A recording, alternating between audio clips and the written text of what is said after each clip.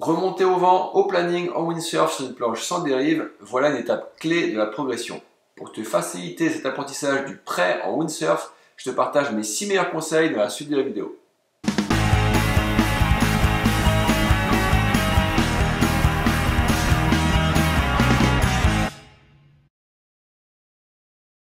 Salut les copains et les copines, bienvenue sur la Water Sport Zone pour une nouvelle vidéo pour progresser en windsurf dans la lignée de celles que j'ai déjà faites et dont je te mets les liens de la playlist ici et puis aussi ci-dessous en description au cas où tu veuilles aller les regarder. Donc aujourd'hui, je vais te livrer mes conseils pour bien remonter au prêt en windsurf, au planning et sur une planche sans dérive. Avant de détailler ces conseils, je précise juste que cette vidéo t'est proposée grâce au soutien de Duotone, dont j'utilise la Blast 117 et la E-Type SLS 7.3 sur les images. C'est un matos que je valide pour de bonnes sessions freeride sans prise de tête et avec lequel je me suis vraiment régalé, notamment sur le spot de l'Almanar. Allez, je reviens au sujet principal et c'est parti pour les conseils. Le premier conseil, ce sera de commencer par bien accélérer après le départ en planning sur une allure vent de travers pour se donner la puissance pour ensuite caper. Cela demande donc d'être bien réglé en bout de harnais et au niveau de la voile. Un wish trop bas ou un pied de mât trop avancé compliqueront les choses. Le symptôme, c'est contre-gîte et bordure de la voile qui s'écrase sur le pont. A l'inverse, un wish trop haut ou un pied de mât trop reculé pénaliseront le contrôle. Et là, les symptômes, c'est planche trop sur l'aileron qui s'envole de l'avant et donc où on manque de contrôle. Pour les réglages de voile, je vous renvoie sur la vidéo dédiée que j'avais fait de l'année dernière ou il y a 2 ans et donc je vous mets ici et puis aussi le lien en description comme tout à l'heure. Ensuite, pour lofer, c'est-à-dire prendre une direction qui nous rapproche de l'axe du vent, il s'agira de bien border la voile, de la positionner légèrement sur l'arrière et de mettre son poids plus sur le pied de mât en penchant son buste légèrement sur l'avant. Tout ça, ça permet de faire mordre un peu plus le rail sous le vent de la planche pour augmenter le plan anti-dérive et favoriser le contrôle. Le conseil suivant, ce sera d'être dans les straps et pas complètement n'importe comment. Pour être dans les straps, ça paraît évident, mais au début, on peut être hésitant, avoir peur de les mettre ou je sais pas trop quoi. Sauf qu'en fait, les straps, ils sont là pour amener du contrôle et qu'au près, on va tendre à aller un peu plus face au clapot, ce qui fera en fait finalement sauter la planche. Donc le calage des pieds dans les straps est d'autant plus important parce qu'on aura vraiment besoin de contrôle. Donc au niveau réglage, il faut que le pied rentre avec les orteils qui dépassent de l'autre côté du strap pour pouvoir bien retenir la planche par le strap, justement avec ses orteils en extension.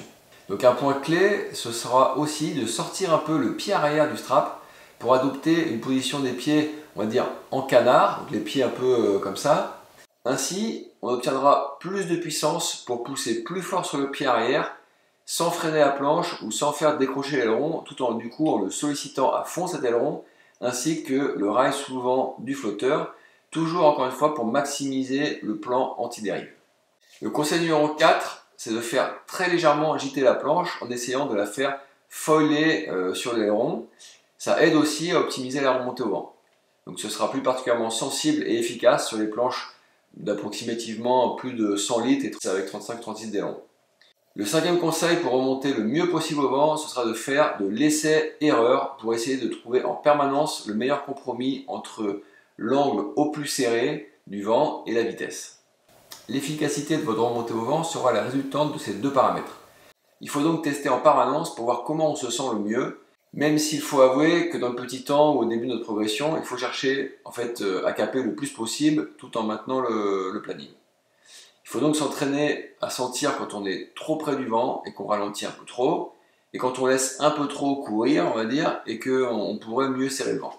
Et bien sûr, dans le même temps, il ne faudra jamais cesser de prêter attention à l'adaptation parfaite de l'ouverture de la voile pour être le plus efficace possible, et surtout aussi à ne pas faire décrocher cette voile en la surbordant ou ce genre de choses. Et là, à ce moment-là, on pourrait même carrément perdre le planning ou être au moins obligé de beaucoup abattre pour relancer. Donc conseil bonus pour ceux qui commencent à naviguer en petite planche au planning, c'est essayer de toujours commencer par chercher à remonter au vent sur vos premiers bords et commencer aussi par des bords plutôt courts pour limiter les risques de partir à la battée, de se retourner, de dire ah zut, voilà, j'arrive plus à remonter, etc. Donc prenez aussi autant que possible des repères fixes autour de vous pour bien vous repérer dans l'espace par rapport au vent, etc.